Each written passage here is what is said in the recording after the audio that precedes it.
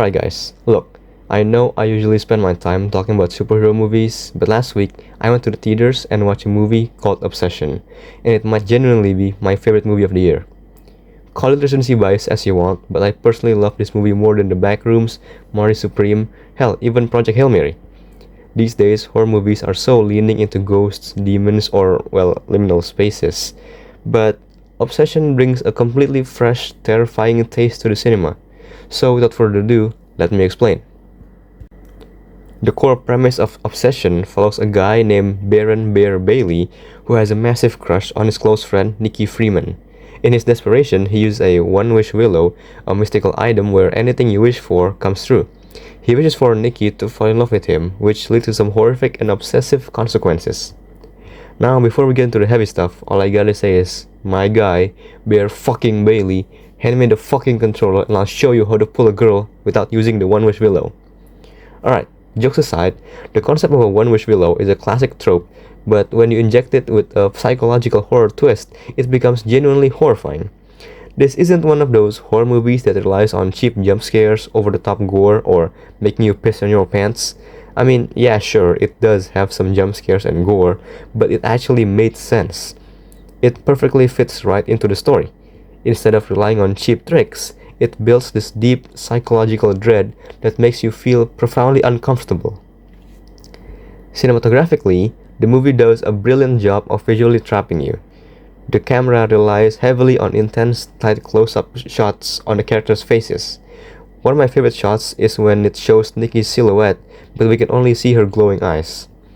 There are a few shots like this where we can't see her face, and it's genuinely terrifying because you can't read her expressions, whereas in other scenes, her unsettling facial expressions are easily one of the best things about the movie. It forces you right into Bear's building paranoia and Nikki's eerie presence, visually representing how claustrophobic their forced relationship actually is. Now, you guys know how much I've been complaining lately about slow pacing in television, but Obsession is a masterclass in how to use slow burn correctly. The pacing deliberately takes its time in the first act to establish this normal, everyday friendship between Bear and Nikki, because the movie doesn't rush the supernatural elements. When the wish finally drops and the reality twists, the tonal shift hits you like a fucking truck. The movie gets incredibly dark because it forces you to look at the reality of the wish, because Nikki's affection is entirely forced on the curse.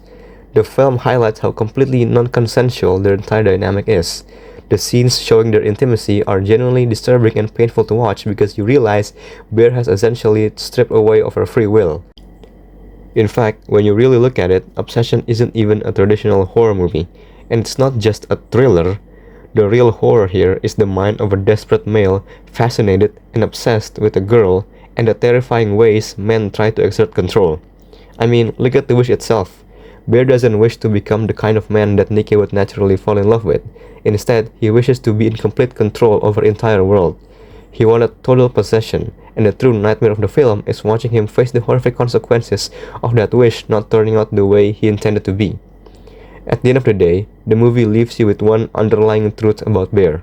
How can you be the man of her dreams if you're not even the man of your own dreams?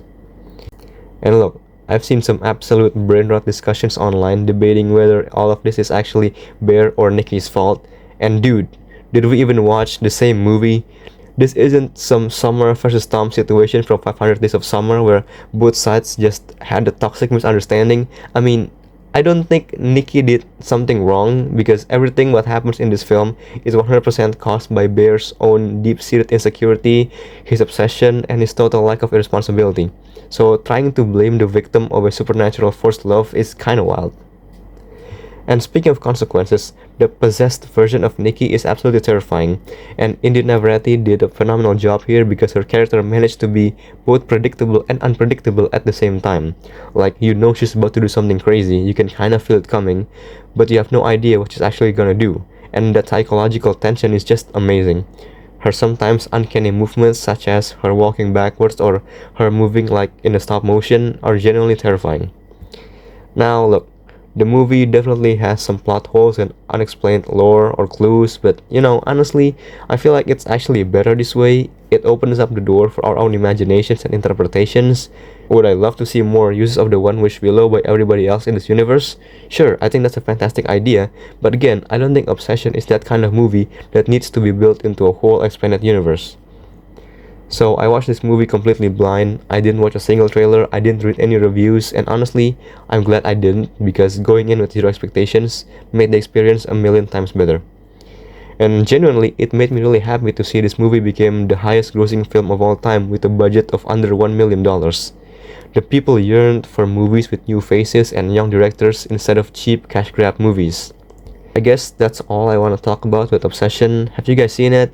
What do you guys think of it? And if you guys somehow found the One Wish Willow, what would you guys wish for? Let me know in the comments below. As always, don't forget to like and subscribe, guys. Bye bye.